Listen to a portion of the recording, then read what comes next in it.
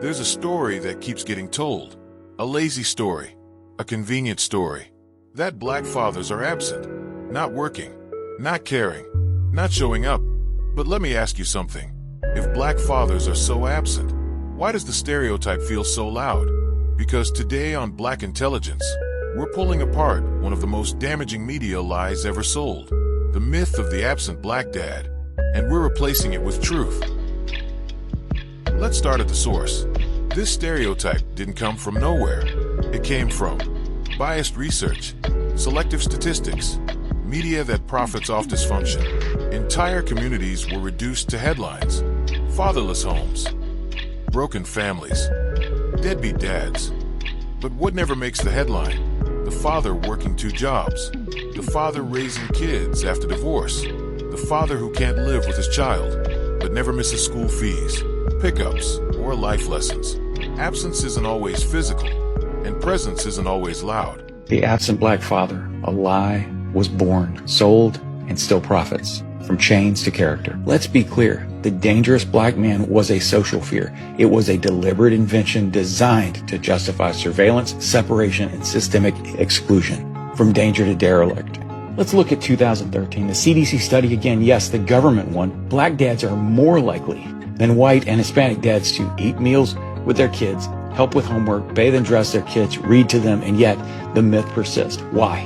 Because the lie is convenient. It absolves policymakers, it fuels TV crime dramas, and it lets racism dress up like a concern for children. This isn't about missing fathers. It's about missing accountability for systems that created this myth, and the receipts that prove it, it's a lie. The media loves extremes. Either the black man is violent, missing, or a joke, rarely responsible, rarely nurturing, rarely human. You'll see the mom celebrated for doing it all. But the dad, he's invisible unless he fails. No cameras for the bedtime stories. No interviews for the fathers coaching from the sidelines. No viral clips for men teaching discipline with love, because good black fatherhood doesn't sell fear. Let's lighten it up, because if you know, you know. When your dad says, "I'm not mad, I'm just disappointed," that's not anger. That's emotional damage.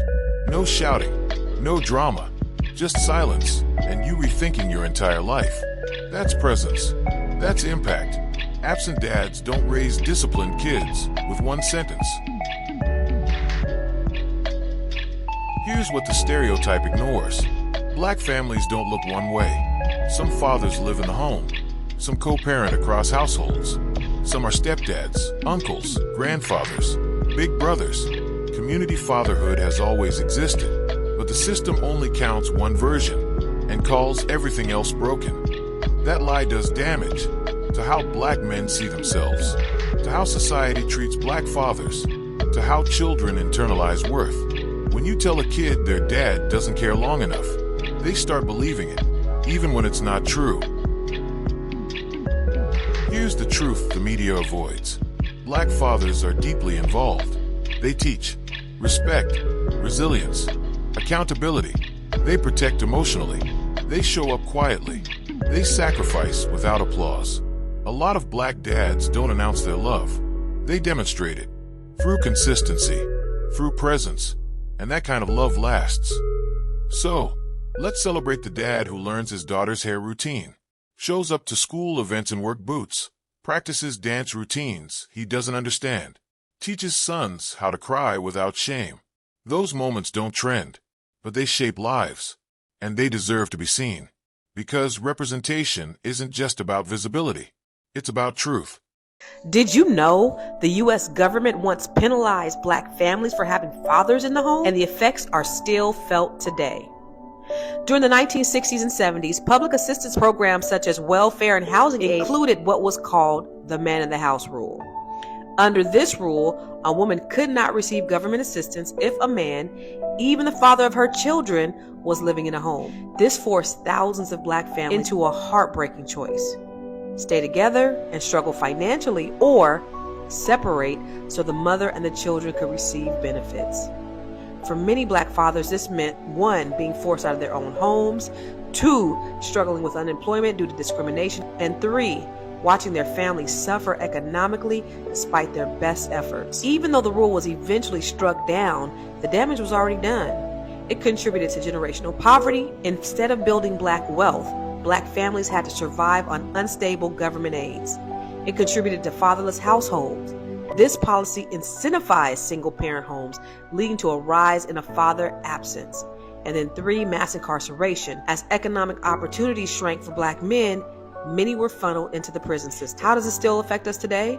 Well, black families still face economic disadvantages due to lost generational wealth. The stereotype of the absent black father was largely created by policies like this, not by choice. In reality, black fathers are among the most involved parents when present. Government policies still shape black wealth and family structures, making it critical to understand history and advocate for our economic empowerment.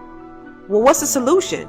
We got to build our own economic power. We got to practice collective economics, invest in circulating our dollars within the community. We got to have more financial literacy, teaching wealth building strategies and dependency, and we need to have real estate ownership to secure land and assets for our future generations.